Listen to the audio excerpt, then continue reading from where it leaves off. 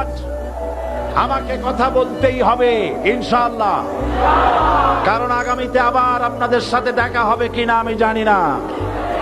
কথা বলতেই হবে। বসেন, কেউ দাঁড়িয়ে থাকবেন না। আমি দেখতে পাচ্ছি বাংলাদেশের ভাগ্য আকাশে উত্তর গগনে কালো মেঘ জমা হয়েছে, ঝড়ের পূর্বাভাস লক্ষ্য করছি। যদি মোকাবেলা করতে না পারেন সক্ষম ভাবে, এমন অন্ধকার গাঢ় কালো অমাবস্যার রাত আসতে পারে যার সুবে সাদে খাওয়া অসম্ভব।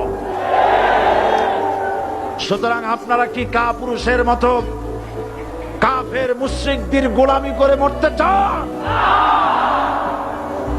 বিড়ালের মতো 500 বছর বেঁচে থাকার কোনো লাভ নাই। সিংহের মতো 1 ঘন্টা বাঁচতে চাই। আমাদেরকে বলা হয় সাম্প্রদায়িক উস্কানিমূলক কথা নাকি আমি বলি। পত্রপত্রিকা দিছে না তারা?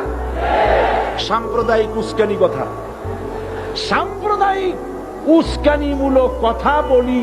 সেই জন্যই বোধহয় শত শত মুসলিম আমাদের কাছে এসে মুসলমান হয়। মানুষে আর বোকা বানানো যাবে না। যাবে কি?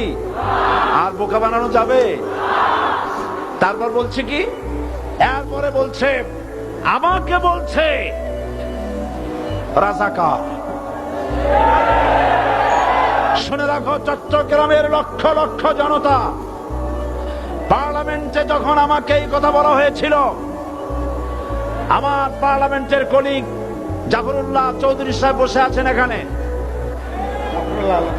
হ্যাঁ, জাফরুল ইসলাম চৌধুরী বসে আছেন পাশে, প্রধানমন্ত্রী সুদ্ধা, অন্তত 3 শতাধিক পার্লামেন্টের সম্মানিত সদস্যরা সেদিন বসা।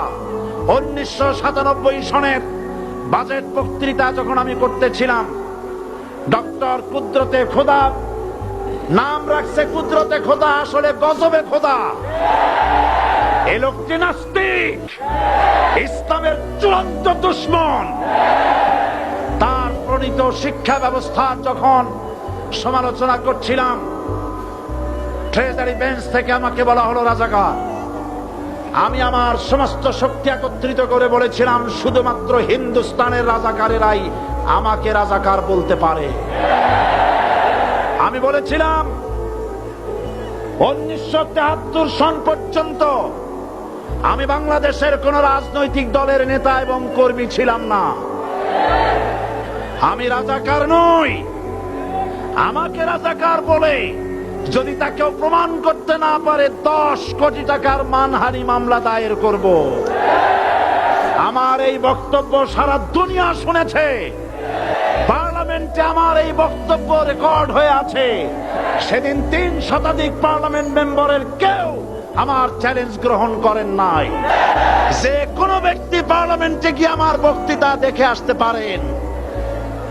এরপরে 1997 সনের 7 অক্টোবর দৈনিক জনকণ্ঠ পত্রিকা যখন আমার বিরুদ্ধে লিখলো, সেই পত্রিকায় সাইদির ওপেন চ্যালেঞ্জ 8ম পাতা, 1997 7 অক্টোবর, এত বড় 2 কলামে হেডিং।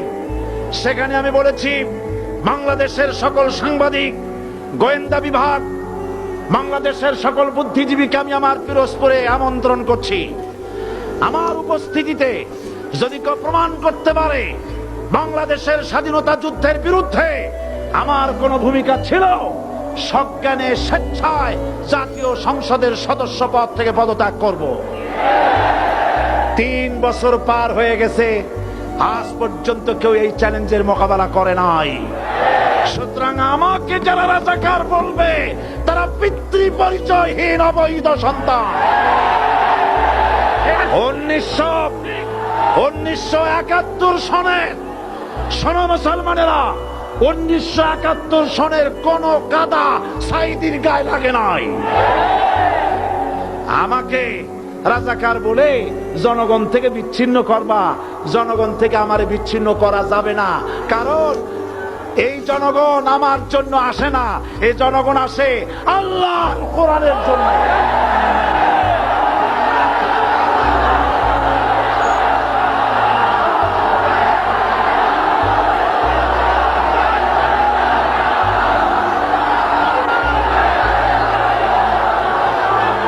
আজকে আর যারা ইসলামের কথা বলে, যারা ইসলামের কথা বলে তারাই রাজাকার, তারাই মৌলবাদী। মৌলবাদী বললে আমরা অসন্তুষ্ট হই না, কারণ মৌলবাদী শব্দটা আসছে মূল থেকে। মৌল শব্দ এসেছে মূল থেকে। মূলবাদী তার মানে যারা মূলে আছে। মূল হলো কোরআন, মূল হলো হাদিস, মূল হলেন আল্লাহ, মূল হলেন আল্লাহ রসুল। আমরা আছি মূলে। এখন বলেন তো মূলের শক্তি বেশি না আগার শক্তি বেশি? আমাদের যারা মৌলবাদী বলে ওরা হলো আগাবাদী। মূলে আছে কত কোটি?